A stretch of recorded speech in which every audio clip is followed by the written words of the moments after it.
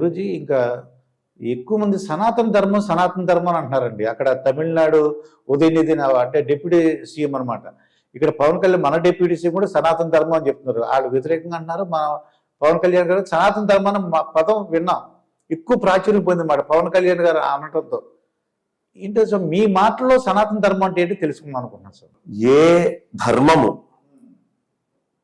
పుట్టినటువంటి జీవిని మోక్ష మార్గం వైపుకు తీసుకెళ్లి మోక్షంలో ఉంచుతుందో, సనాతనుడు ఎవరు?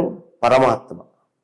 ఏ జ్ఞానం వల్ల నువ్వు మళ్ళీ స్వస్వరూపాన్ని తెలుసుకోగలుగుతావో దానిని సనాతన ధర్మం అంటారు అని సమాధానం చెప్పాలి ఎవరైనా అడిగితే.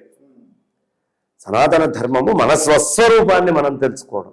నేనెవరు, ఈ జీవుడు ఎవరు, ఇప్పుడు మీరు మాట్లాడుతున్నారు, నేను మాట్లాడుతున్నా. ఇందులో ఏదో వాయువు ఉంది కాబట్టి మనం మాట్లాడుతున్నాం. ఈ వాయువు ఆగిపోయింది అనుకోండి, అన్నీ ఉన్నాయి, నరాలు ఉన్నాయి, స్నాయువులు ఉన్నాయి, అన్నీ ఉన్నాయి, ఇది జడం.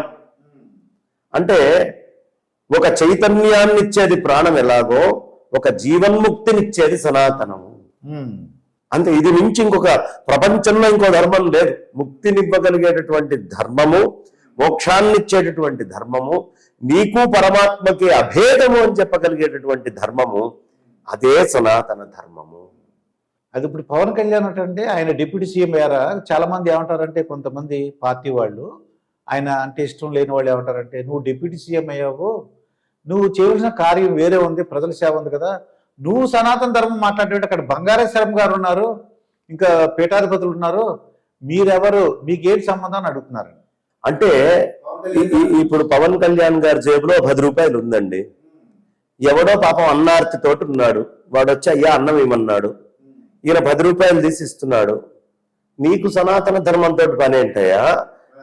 బంగారయ్య గారు ఉన్నారు, లేకపోతే ఇంకో చాగంటి కోటేశ్వరరావు గారు ఉన్నారు, ఇంకో గరికపాటి నరసింహారావు గారు ఉన్నారు, ఇంకో బ్రహ్మశ్రీ సామవేదం షణ్ముఖ శర్మ గారు ఉన్నారు, జగద్గురువులు ఉన్నారు, పీఠాధిపతులు ఉన్నారు అంటే వాళ్ళకేం సమాధానం చెప్తారు మీరు? ఈయన చేతిలో ఉంది, చేస్తున్నారు ఆయన.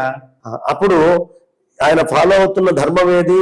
వేదం చెప్పినటువంటి నలుగురికి దానం చెయ్యి అని మొట్టమొదటి ఈ ప్రపంచంలో భూమి మీద చెప్పింది సనాతన ధర్మం. నాకొద్దు అన్నాడు అంటే నేను ఎదుటివాడి మంచి కోరుకోను అని చెప్పేవాడు. వాడికంటే దుర్మార్గుడు ఎవడు ఉంటాడు? దుర్మార్గ చరాధముల కింద లెక్క వేయాలి వాళ్ళందరినీ. అలాంటి దుర్మార్గం. ఇప్పుడు బట్ట దానం చెయ్యని చెప్తుంది ధర్మం, సనాతన ధర్మం. ఆ దానం చేయడానికి ఎవడో ఉన్నాడు, నువ్వెందుకంటే పూజ దేవుడు ఉన్నాడండి. ఆయన పుట్టినటువంటి మతం ఏమిటి? ఇప్పుడు అసదుద్దీన్ ఓవైసీ గారు ఉన్నారు, ఆయన నెత్తి మీద ఇలా టోపీ పెట్టుకున్నారు. సనాతన ధర్మం నీకెందుకు? మీ ఇస్లాం ధర్మం చూడటానికి ముల్లాలు మౌల్వీలు ఉన్నారు, నువ్వు ఎంపీవి కదా, నీకెందుకు నెత్తి మీద ఆ టోపీ అన్నవాడు ఎవడు కనిపించలేదా నాకు ఇప్పటిదాకా? ఒక్కడు కూడా నాకు ఈ రోజు దాకా అసదుద్దీన్ ఓవైసీ గారు నీ మాట అన్నవాడు లేడు. నువ్వెందుకయ్యా మస్జిద్లకు వెళ్తావు, నువ్వెందుకయ్యా మసీదుల గురించి కొట్లాడుకుంటావు, దాని గురించి నీ మిల్లాలు ఉన్నారు కదా, నువ్వెందుకు మాట్లాడుతున్నావు? అదే మసీదులకు ఇట్లా అన్యాయం జరుగుతుంది అని ఇంకొక ఇతరత్రమైన పార్టీ వాళ్ళు ఎవరైనా అసెంబ్లీలో కానీ ఇంకో చోట కానీ రైజ్ చేసినప్పుడు నువ్వెందుకయ్యా సనాతన ధర్మం గురించి మాట్లాడతావు అని అడిగిన వాడిని చూడలేదు నేను. మన బోనాలు ఇవి వచ్చినాయి, కేసీఆర్ గారు వాళ్ళు చీరలు పెట్టారు, రేవంత్ రెడ్డి గారు చీరలు పెట్టారు, నీకెందుకయ్యా సనాతన ధర్మం? వాళ్ళు ఎవరో చూస్తారు అన్నట్లయితే మీరే ఎంకరేజ్ చేస్తున్నారు కదా. పోనీ ఇదంతా క్రిస్టమస్ వచ్చింది, తాయిలాలు ప్రకటిస్తున్నారు, ఇస్తున్నారు, నీకెందుకయ్యా ధర్మం గురించి? దాని గురించి పాస్టర్లు ఉన్నారు, దాని గురించి వేరే వాళ్ళు ఉన్నారు, నువ్వెందుకు అని అడిగేవాడు లేడు. ఒళ్ళు కొవ్వెక్కి సూడో సెక్యులరిస్టులు అని చెప్పుకొని తిన్న దరక్క ధర్మము అంటే ఏదో ఒకళ్ళకి పనికొచ్చేది ఇంకొకళ్ళకి పనికిరానిది అనేది కాదు. ధర్మము అంటే మానవాళికి మంచి జరిగే ప్రతిదాన్ని ధర్మము అంటారు. ఇప్పుడు ఒక హెరిటేజ్ ఉందండి, ఓ గుడి ఉంది, హెరిటేజ్ బిల్డింగ్. ఆర్కియాలజీ డిపార్ట్మెంట్ వాడు ఆ హెరిటేజ్ బిల్డింగ్ ని కాపాడుతున్నాడా, కాపాడట్లేదా? అవునండి, వాళ్ళ డ్యూటీ అది. ఎందుకు? బంగారేశ్వరమ్మ గారు ఉన్నారు, మత పెద్దలు ఉన్నారు, జగద్గురువులు ఉన్నారు, ఇంకా ఇతరులు ఉన్నారు కదా, నీకెందుకయ్యా గుడి గురించి? ధర్మంతో సంబంధం అయింది కదా అని అనట్లేదే ఎవడు? దాన్ని కాపాడాలంటున్నాడు కదా. అవునండి. అది ఎప్పుడుంది? ఈ ధర్మం ఉంటే ఆ 100,000 సంవత్సరాల చరిత్ర, 1000 సంవత్సరాల క్రితం చరిత్ర, ఆ 3000 సంవత్సరాల క్రితం చరిత్ర ఎప్పుడుంది? ఈ ధర్మం ఉంటే ఉంది. కాబట్టి ఆ చరిత్రని కాపాడటం నీకు గవర్నమెంట్ బాధ్యత అయితే, ఈ ధర్మాన్ని కాపాడటం కూడా గవర్నమెంట్ బాధ్యత. నా ఎండోమెంట్స్ డబ్బులు తీసుకోవడము, దాన్ని నీ ఇష్టం వచ్చినట్టు ఖర్చు పెట్టుకోవడం అనేది నీ బాధ్యత, నీ గొప్పతనం అని నువ్వు అనుకుంటే ప్రభుత్వానికి ఈ ధర్మాన్ని కాపాడటం కూడా నీదే. డిప్యూటీ చీఫ్ మినిస్టర్ సనాతన ధర్మాన్ని కాపాడుతా అన్నాడే గాని ఇస్లాంని పడగొడతాను, క్రిస్టియానిటీని తగలబెడతాను అనలేదే. మరి సనాతన ధర్మాన్ని కాపాడటం అంటే అది తప్పుడు పని ఎందుకు అనుకుంటున్నారు? Is it anti constitutional? Religion is a right. When religion is a right అన్నప్పుడు, సనాతన ధర్మానికి ఒక థ్రెట్ ఉంది అన్నప్పుడు దాన్ని కాపాడుతా అంటే you are going as per constitution. ఇందులో కాన్స్టిట్యూషన్ కి అగెయిన్స్ట్ గా ఏముంది? ఎవడైతే చెయ్యకూడదు అంటున్నాడో, దానికి మత పెద్దలు ఉన్నారు, గవర్నమెంట్ చేయదంటున్నాడో వాడు యాంటీ కాన్స్టిట్యూషనల్. అతను ఎవడైతే విమర్శిస్తున్నాడో వాడు యాంటీ కాన్స్టిట్యూషనల్ అంతే. అసలు ధర్మ వ్యతిరేకి, సంఘ వ్యతిరేకి. అలాంటి వాడికి ఆకలేసినప్పుడు వాడి పెళ్ళాన్ని కూడా కూడబెట్టకూడదు. కూడబెట్టడం ధర్మమే. ఎవడెవడు సనాతన ధర్మాన్ని తిడుతున్నాడో వాడు ఇష్టమున్నా లేకపోయినా ఈ భూమి మీద సనాతన ధర్మాన్ని ఆచరిస్తున్నాడు. ఏమండి?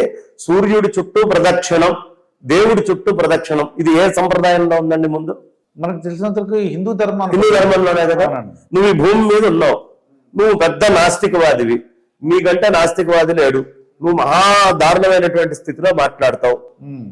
ఇప్పుడు భూమి మీద ఉండి సూర్యుడి చుట్టూ సంవత్సరం ప్రదక్షిణం చేస్తూనే ఉన్నావు కదా, అంటే సనాతన ధర్మాన్ని ఆచరిస్తున్నావు కదా. నువ్వు ఏనాడు సూర్యుడి చుట్టూ ప్రదక్షిణాన్ని ఆపేస్తావో ఆ రోజు సనాతన ధర్మాన్ని తిట్టు, నీ ఇష్టం వచ్చినట్టు. ఎప్పటిదాకా నేను చెప్పిన దేవుడి చుట్టూ నోరు మూసుకొని భూమి మీద కూర్చొని నువ్వు ప్రదక్షిణం చేస్తున్నావో సనాతన ధర్మాన్ని పాటిస్తున్నట్టే. వాడు క్రిస్టియన్ అయినా, ముస్లిం అయినా, ఇంకొకళ్ళైనా, ఎవరైనా కానివ్వండి, ప్రదక్షిణం చేస్తున్నారు. ఆ ప్రదక్షిణం జరిగితేనే ప్రకృతి, ఆ ప్రదక్షిణం అయితేనే మనకు ఆహారం, ఆ ప్రదక్షిణం జరిగితేనే ఇన్ని రకాలైనటువంటి మార్పులు.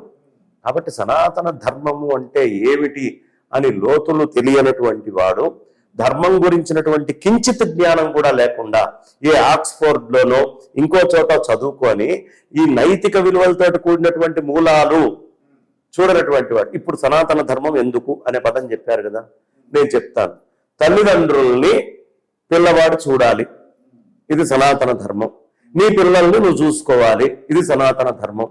చెప్పమనండి. గవర్నమెంట్ చెప్పకూడదు, నీ పెద్దవాళ్ళని చూడకూడదు, నీ పిల్లల్ని పట్టించుకోకూడదు అనమనండి. సనాతన ధర్మం వద్దు. ఇది నువ్వు ఆచరించాలని చెప్తున్నావా? నువ్వు సనాతన ధర్మాన్ని చెప్తున్నట్టే. నీకంటే ఆయన బెటర్ గా చెప్తున్నాడు, ధైర్యంగా ముందరకు వచ్చి. నువ్వు దొడ్డిదావున వేరే మాటలు చెప్పి బయటకు వచ్చి ఇంకో మాటలు చెప్తున్నావు.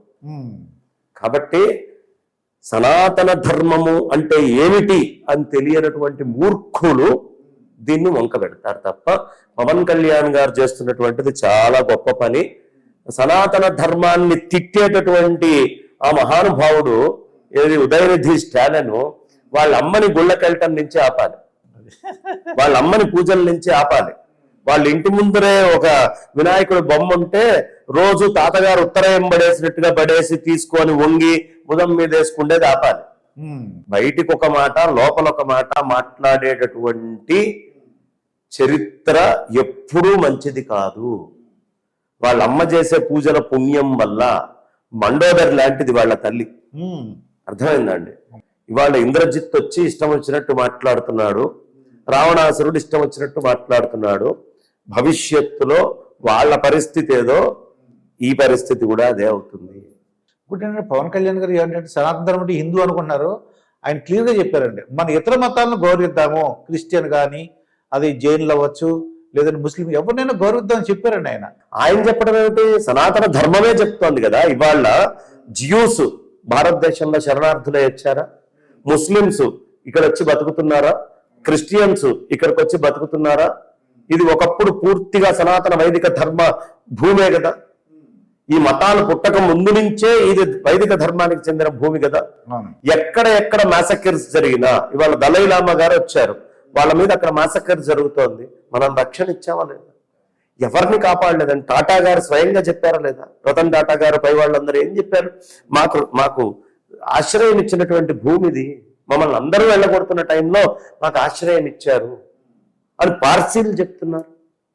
ఎవరిని సనాతన ధర్మము ఇతరులని గౌరవిస్తూ తన ధర్మాన్ని ఆచరించుకుంటే గౌరవం.